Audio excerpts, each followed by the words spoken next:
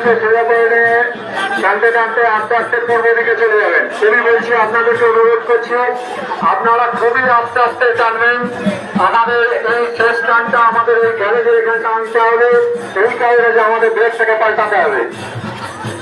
আপনাদেরকে অনুরোধ করছি আপনারা যখনই দড়ি ছেড়ে দিতে বলা হবে আপনারা দড়িটা ছেড়ে দেবেন।